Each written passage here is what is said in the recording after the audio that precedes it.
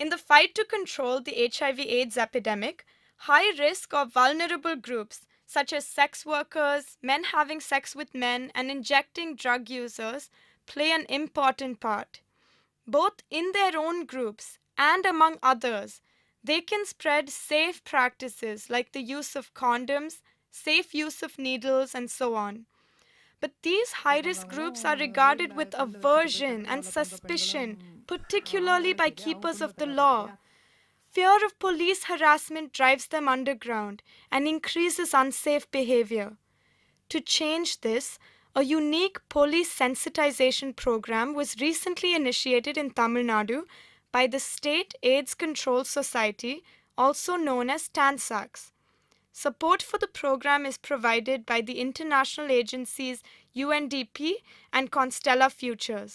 The marginalized communities are always in conflict with law.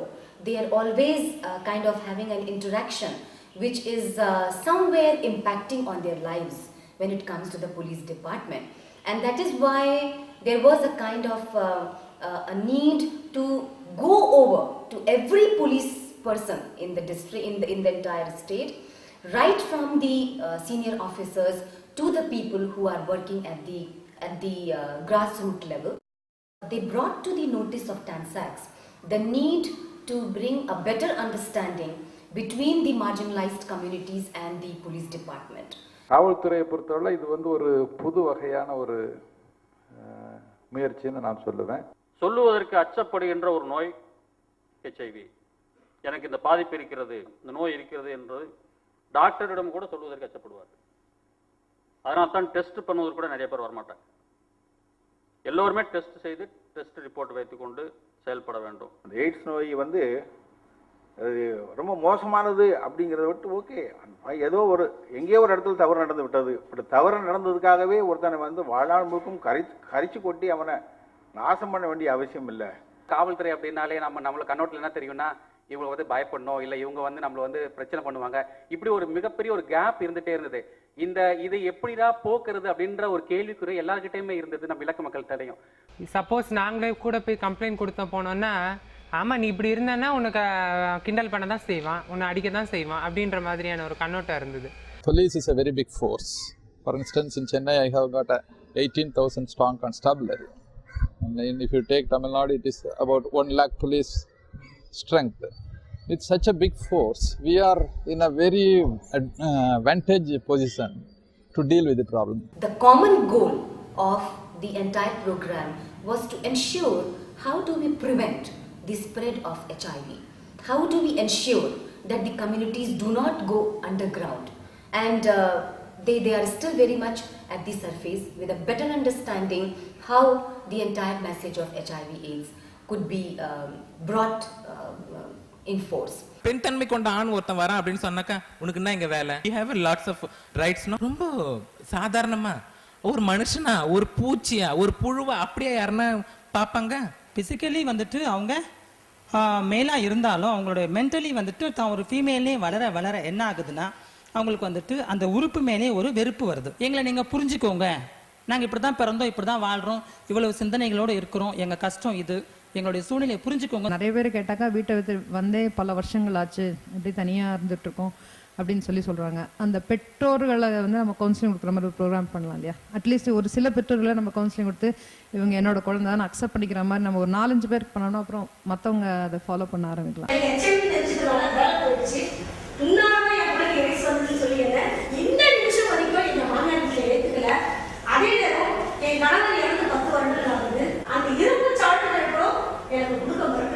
காவல்துறையிலே ஒரு சிலர் இந்த HIV/AIDS வாழக்கூடியவர்கள் இருக்காங்க. அவங்களுக்கு எங்கே பரிசோதனை செய்து கொள்வது, எங்கே சரியான மருத்துவம் கிடைக்கிறது, சரியான ஆலோசனை இல்லாமல் ரொம்ப மனம் நொறுங்கி, அதாவது தனிமையில் வாழக்கூடிய நிலை இருப்பாங்க இல்லையா, அவங்களுக்கு ஒரு ஆறுதலாக ஒரு ரெஃபரல் சிஸ்டம் நல்ல லிங்கேஜ் சப்போர்ட் கிடைக்குது அப்படிங்கிற மாதிரியான ஒரு இது நிறைய பேர் எங்களுக்கு ரெஃபர் பண்ண ஆரம்பிச்சிருக்காங்க. எய்ட்ஸ்ன்றது ஒரு ஸ்டேஜ்.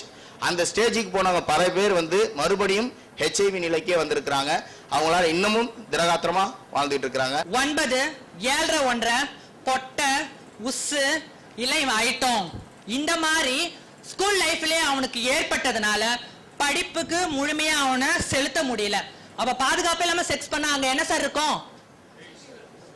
எய்ட்ஸ் இல்ல, HIV. அரவானுடைய மனைவி அரவாணி அப்படின்றது உங்க போலீஸ் துறையை சார்ந்தவர் தான் மிஸ்டர் ரவி.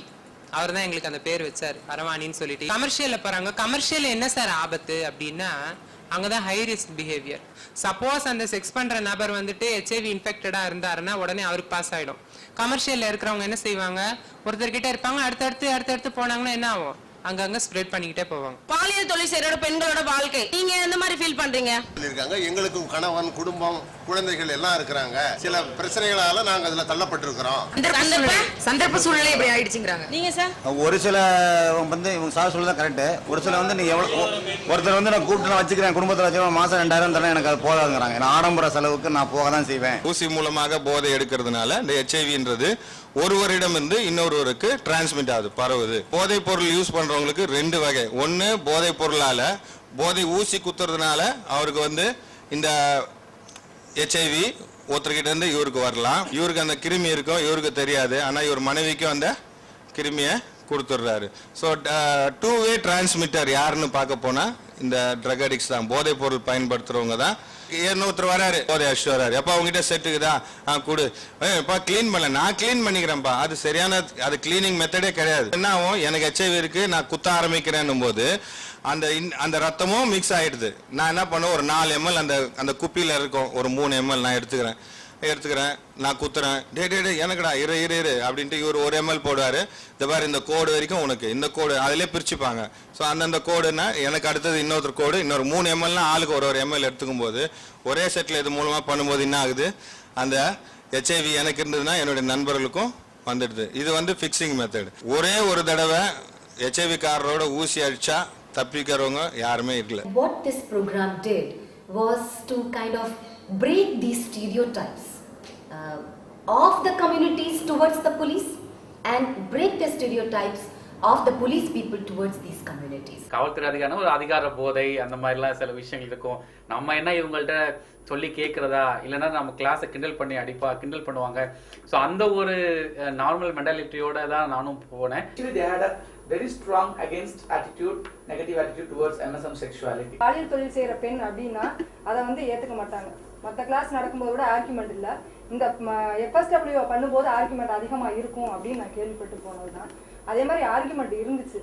ஃபர்ஸ்ட் வந்து இந்த பயிற்சிக்கு போறப்ப நான் எதுக்காக நம்மளை கூப்பிடுறாங்க, இதுதான் நமக்கு இல்லையேங்கிறது தான் என்னுடைய உணர்வுகள் இருந்துச்சு. தவிர இது வந்து அந்த அவங்க பார்ட்டிசிபேட்டுடைய அவங்களுடைய குறைகள் எவ்வளவுங்கிறத தெரிஞ்சுக்கிறதுக்கு அது ஒரு நல்ல வாய்ப்பா இருந்துச்சு. நிஜமா பார்க்கும்போது அவங்களுக்குள்ள எவ்வளவு மனிதாபிமானம் இருக்குது அப்படின்னு நான் தெரிஞ்சுக்கிட்டேன். ரெண்டாவது வந்து சில விஷயங்கள் அவங்களுக்கு தெரியாததுனாலதான் அவங்க கண்ணோட்டம் அப்படி இருந்தது. ஒன்ஸ் அதை தெரிஞ்சுக்கும் போது அவங்களுக்குள்ள எவ்வளவு ஓப்பன்னஸ் இருக்கு அதை அக்செப்ட் பண்ணிக்கிறதுக்கு அப்படின்னு நான் புரிஞ்சுக்கிட்டேன். இந்த ஃபீலிங்ஸ் எப்படி இவங்களுக்கு இருக்கும் அப்படின்னு நான் யோசனை பண்ணி பார்த்தேன் சார். அதுல இருந்து என்கிட்ட பர்சனலா தனிப்பட்ட முறையில் சேஞ்ச், என்ன கூட உட்கார்றதுனாலயோ தொடர்றதுனாலயோ என்ன ஒட்டிக்கா போகுது, ஒதுக்காம இருந்தாவே போதும். The police people for the first time they had an opportunity to listen to the lives, listen to the stories of the marginalized communities in a setting which is outside the police station or in a setting which is outside a law and order situation. And that made all the difference. டிஜினா என்ன, அரவணைகள்னா என்ன, ஓர்ண சேர்க்கையாளர்னா என்ன அப்படின்ற மாதிரி அந்த 2 பேருமே வந்து பேசும்போது அந்த வித்தியாசத்தை அவங்க கண்கூட காண முடிஞ்சது. இதுக்கு முன்னாடி அந்த மாதிரியான விஷயங்கள் இல்ல. பெண்கள் சந்திக்கும் வன்முறைகள், சமுதாயத்தில் ஒதுக்கப்பட்ட நிலை, அந்த அவல நிலை எல்லாமே இல்லாம மற்ற மனிதர்களை போல வாழணும். இந்த போலீஸ் ப்ரோக்ராம் பயிற்சி வந்து ரொம்ப ஒரு வரப்பிரசாதமா அமைஞ்சிருக்கு. இந்த போதை அப்படின்னு வந்துட்டு போது எங்களை வந்து கான்டாக்ட் பண்ணி, இல்லை எங்களுடைய NGOவுக்கு அவங்களை அனுப்பி வச்சு அவங்களுக்கும் ஒரு குறுகிய கால திட்டம் இல்லை நீண்ட நாள் திட்டம், ஒரு 3 மாதம் இல்லை 6 மாதம் ஒரு ரீஹாபிலிட்டேஷன் பண்ணி இன்னைக்கு நிறைய பேர் இன்னைக்கு மறுவாழ்வு அடைஞ்சிருக்காங்க எங்கள் இலக்கு மக்கள். HIV வந்தவங்கன்னா எங்கேயோ இருப்பாங்க, யாரோ மருந்து கொடுப்பாங்க அப்படின்னு தான் இருந்தோம். ஆனால் இவ்வளோ பிரச்சனை, இவ்வளோ வந்து கஷ்டத்தோடு அவங்க இருக்கிறாங்கன்றது வந்து நாங்கள் இப்போ தெரிஞ்சுக்கிட்டோம். இனிமே இந்த மாதிரி ஏதாவது கேஸ் வந்தால் கண்டிப்பாக நாங்கள் எல்லாருக்கும் நல்லா வந்து சப்போர்ட்டாக இருப்போம். எங்களுடைய உதவி எப்போ வேணாலும் உங்களுக்கு கிடைக்கும் அப்படின்னு சொல்லி சொன்னது வந்து ரொம்ப சந்தோஷமா இருந்துச்சு. ஒரு 5-6 ரவுடி பசங்க சுத்து போட்டாங்க அடிக்கிறதுக்கு. அப்போ என்ன சொல்லியிருக்கிறாங்கனாக்கா, வந்த போலீஸ்காரங்க அவங்க கேட்டுட்டு என்ன விஷயம் அப்படின்னு கேட்டுட்டு இவங்கள பார்த்துட்டு அரவாணிகளை பார்த்துட்டு நீங்கள் போங்கம்மா நான் பார்த்துக்கிறேன்னு சொல்லிட்டு அங்கே வந்து அமக்கலம் பண்ண அந்த ரவுடிங்களை வந்துட்டு மிரட்டி இந்த மாதிரிலாம் பண்ணாதீங்கன்னு சொல்லிட்டு அமிச்சாங்க. ரொம்ப நான் அழுது பேசிகிட்டு இருக்கும்போது அவங்க என்ன பண்ணாங்க, அது வரைக்கும் கம்முனே இருந்துட்டு யார்ட்டையும் சொல்லாமல் லாஸ்ட்டு முடித்த உடனே என்னை கூப்பிட்டு எல்லார் முன்னாடியும் இவங்க வந்து எங்கள் அத்தை பொண்ணு, இனிமேல் வந்து அந்த பிரச்சனை இருக்காது, உன் ஃபோன் நம்பரை கொடுன்னு சொல்லிட்டு எல்லார்ட்டையும் வீட்டில் போயிட்டு கொடுத்துட்டு இப்போ எல்லாரும் காலைல எழுந்துச்சி மாத்திரை சாப்பிட்டியா, நல்லா இருக்கியா. ஒரு சமுதாய அங்கீகாரம், சமுதாயத்திலேருந்து அவங்களுக்கு எந்த விதமான ஒரு பாதிப்பும் இல்லாமல் இருக்கணும். குறிப்பாக காவல்துறையிலிருந்து அந்த இல் ட்ரீட்மெண்ட்னு சொல்லக்கூடிய சாடல் இல்லாமல் இருக்கணும் அப்படிங்கிறது தான் ரொம்ப குறிப்பாக சொன்னாங்க. இந்த ட்ரைனிங் அட்டன் பண்ணதுக்கப்புறம் அதுவும் இந்த கம்யூனிட்டி பீப்புள்ஸ் வச்சு இந்த கிளாஸஸ் நடந்தனால அவங்களுக்கு வந்து இந்த கம்யூனிட்டி பீப்புள்ஸோட இன்னர் ஃபீலிங்ஸ், அவங்கள பற்றின ஒரு நல்ல அண்டர்ஸ்டாண்டிங் வந்தது. அதுக்கப்புறமா தான் ஹெச்ஐவியில் இவ்வளோ விஷயம் இருக்கா அப்படிங்கிறதே போலீஸ் பீப்புள்ஸ் எல்லாருமே தெரிஞ்சுக்கிட்டாங்க. TANSACS basically acted as a facilitator, a body which kind of brought the communities and the police people together. Our experience was because we started at the police station, so the constables were the people whom we reached first. And our experience was, and the lesson learned was, that is not the first step to start. If the senior officials are convinced, then the constable is automatically going to come and attend your things. So I'm very glad that you have done the other way around. Now you have the senior police officers on your side, the constables, it will be easy. இந்த ப்ரோக்ராம்லேருந்து கற்றுக்கிட்டது, இந்த HIV பாதிக்கப்பட்ட மக்களை பாதுகாக்கப்பட வேண்டும், அவர்கள் சமூகத்திலிருந்து ஒதுக்கப்படக்கூடாது. அதற்கு காவல்துறை மூலமா எவ்வளவு நன்மைகள், எவ்வளவு முயற்சிகள் செய்ய முடியுமோ அந்த முயற்சிகள் செய்தால் சமூகம் மேற்கொண்டு நன்றாக இருக்கும். The replicability within the country will depend upon the readiness of the government, whichever the state government is ready to come forward, take it up, and also the preparedness of the community to be exercising and using this particular model. Community trained as a master trainer, then they are doing this program police advocacy.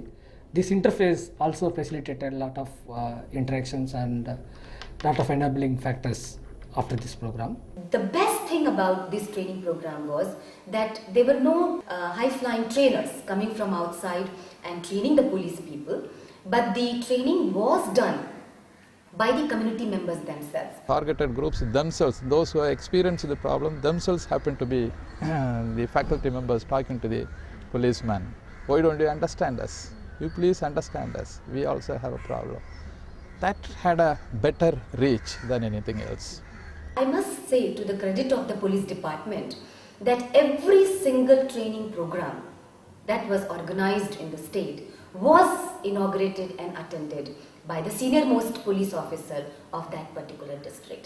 And that made all the difference to the program, because the message went very strongly to the people at the grassroots level that this is something serious, and they needed to attend the training program and learn from the experience. எல்லா கான்ஸ்டபிள்ஸ்க்கும் training கொடுக்கறதுக்கு, பயிற்சி கொடுக்கறதுக்கு இப்போ preparations நாங்கள் start பண்ணியிருக்கோம். அடுத்த 6 or 7 monthsக்குள்ள எல்லாரும்க்கு இதே மாதிரி மேபி இதோட இன்னும் நல்லா ட்ரைனிங் கொடுக்கறதுக்கு நாங்கள் ஏற்பாடு பண்ணுறோம். அதுக்கப்புறமா சென்னை சிட்டியில் மட்டும் இல்லை, மற்ற டிஸ்ட்ரிக்ட்ஸில் கூட ஸ்டேட்டில் ஃபுல்லாகவே கான்ஸ்டபிள்ஸ் எல்லாரும்க்கு ட்ரைனிங் கொடுக்கறதுக்கு நாங்கள் முயற்சி எடுக்க போகிறோம். In the first round of training, the higher officials of Tamil Nadu police have been sensitized about HIV/AIDS. The next step will be to bring into this program several thousands more of those police men and women who most often come into contact with vulnerable people. Already, there are encouraging signs of understanding and cooperation between law enforcers on the one hand and vulnerable people on the other, two groups which have until now regarded each other with hostility and suspicion.